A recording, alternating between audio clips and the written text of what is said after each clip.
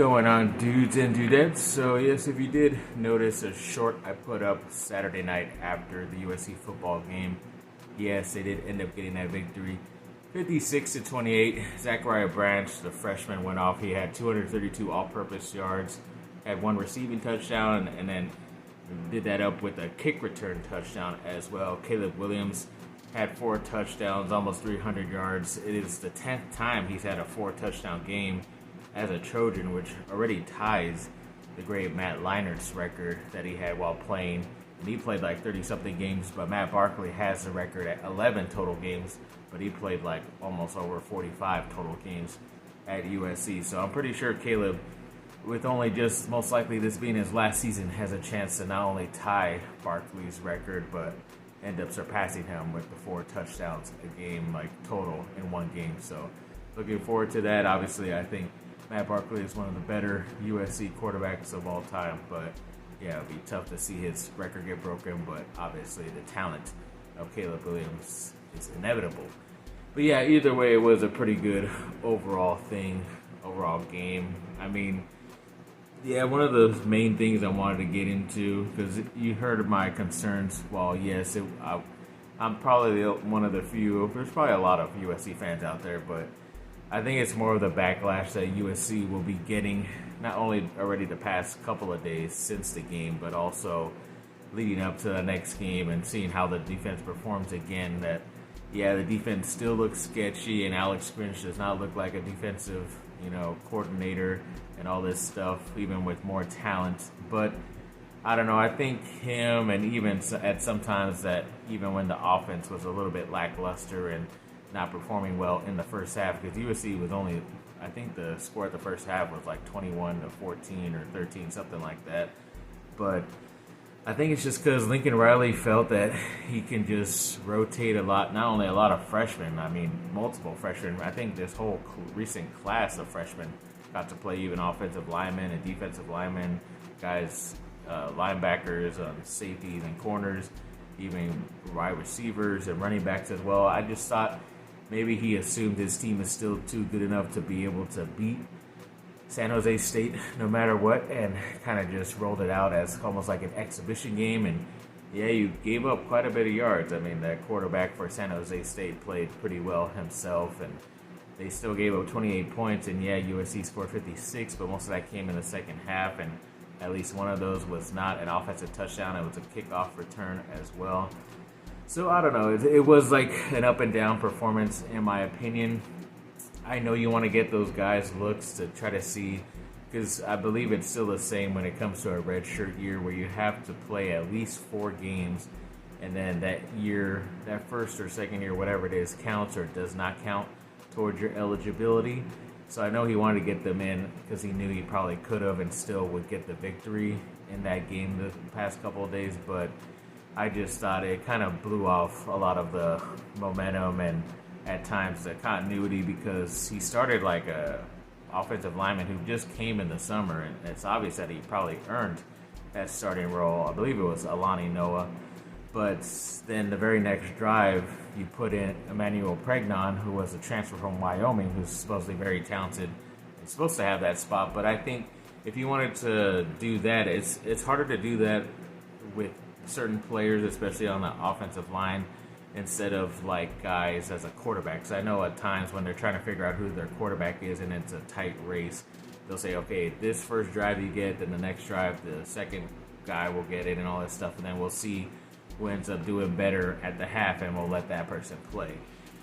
So I don't know. It was weird that they did it so quickly. I don't mind you putting in guys in the first game to try to see who has earned and deserved that playing time, but who will be your main starters the rest of the year. But I just wish they would have did it a little bit more methodically and not as just, like, yeah, we can just do whatever because of this team. And there are times where even like some of the greater players, like a Mason Cobb, the transfer linebacker, he made a lot of great plays, but there are times where he was too aggressive and he should have just been the spy on defense and let the quarterback. They gave up a lot of like long 3rd and 20-somethings and gave up first downs because they were a bit too aggressive and the other guys were down the field covering and all this stuff. So I don't know.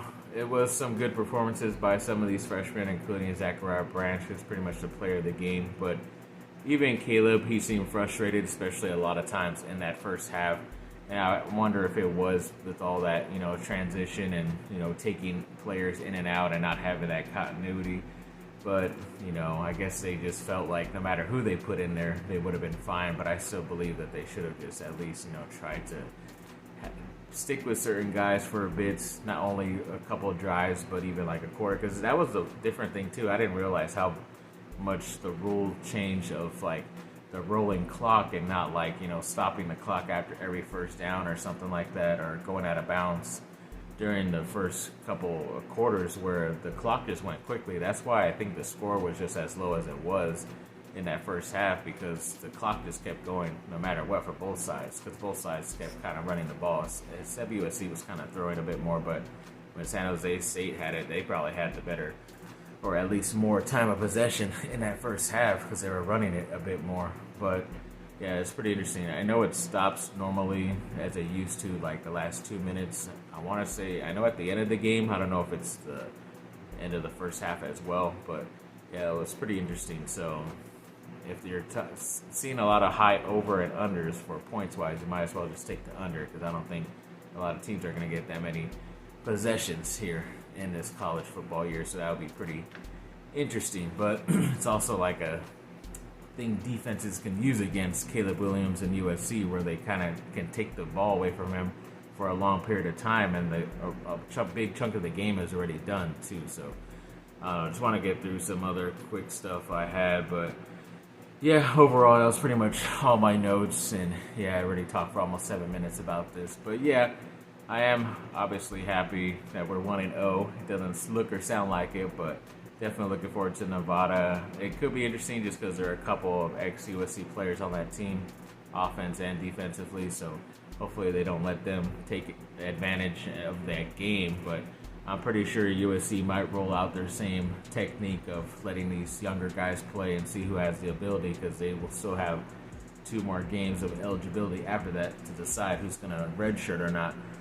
But yeah, overall, that's what kind of this first half of the season was, because your schedule wasn't as difficult, so you're going to be able to do certain things like this to see who is going to be, your main starters, and then hopefully by like that Colorado and Arizona game, then you will have your set lineup. That's what I'm hoping for, at least. So I have to wait and see, but yes, I am excited and happy about this, even though it may not sound like it.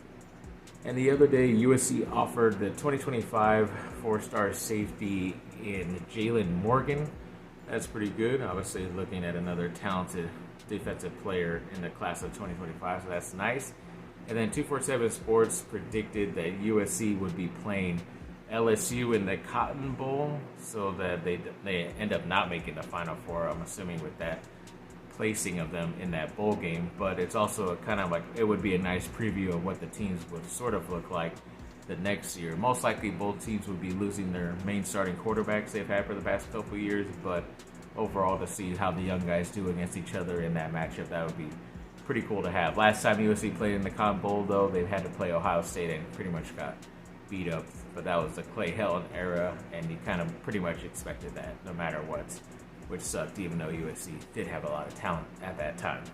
And yeah, the other day, last week, it was just harder to find more news to talk about, so I didn't really make a video on Friday just because there really wasn't that much. But one of the bigger things that did happen was that Reggie Bush was looking to sue the NCAA pretty much for defaming his name and saying that, I think it was in 2019 or 2020, that one of the people said up there in their rankings that he was paid to play, which he wasn't. We know that his mother or father accepted money pretty much for what he was going to be able to do and trying to build up his brand even before he got to the NFL and all that other stuff. So that's pretty much why they took away his Heisman and all his other records and all that stuff. But he's pretty much suing to get all those reinstated back, including his Heisman. So I'm pretty sure, yeah, he's supposedly the main story is him suing the NCAA over this thing that was said about him, but he's really trying to get all that stuff back. So hopefully by the end of the season, we'll be able to celebrate all those Heisman winners all together once again, and his numbers still, because there is like an extra spot available up there where they have the retired numbers of like, or not the retired, but the Heisman winners numbers, their jersey numbers in their Coliseum, and they did make an extra spot next to Caleb Williams, so we'll see what ends up happening. But yeah, definitely looking forward to that hopefully happening soon for Reggie Bush. And then Sam Darnold, the ex-USC quarterback, he was trying to fight for at least a spot for the 49ers and was able to get the number 2 spot behind Brock Purdy, so that's a good thing for him. It ended up being like a big trade that happened this last weekend where the top pick, the 49ers had a few years back, Trey Lance, was traded to the Cowboys, so that's going to be a whole nother.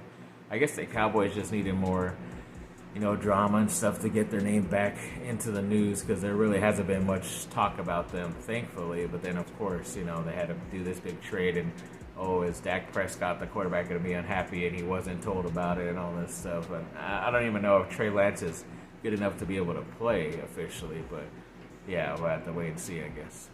And a top 50 player, a defensive lineman in the class of 2025, Trent Wilson, recently cut a top 12 of his teams that he's looking to commit to, and looks like USC did make the final 12, so that's at least good that they're at least in the running for one of the top players in that 2025 class as well. So looking forward to his commitment at some points in the future.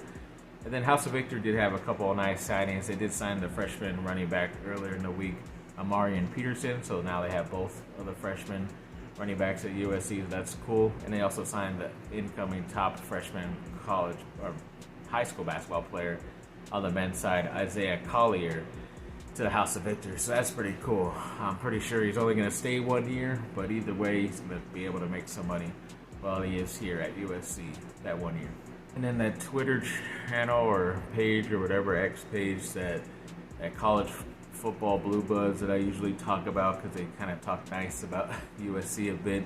They did recently like a prediction of their Final Four teams. Of course, they had USC in their Final Four. This was before the game. They might have different opinions after, but they also had Alabama, Penn State, and Florida State, which is the correct way to do the Final Four. There should always be 4 different people in different conferences, not from all the same conference, in my opinion. But either way, yes, it was an overall satisfying week. Yes, even yesterday was able to see Jurassic Park, the original. It was like their 30-year anniversary. They did like a 3D rendered version and released it in theaters. And also yesterday was like a $4, $3 deal if you went to the movie. So of course it was freaking busy even for that movie.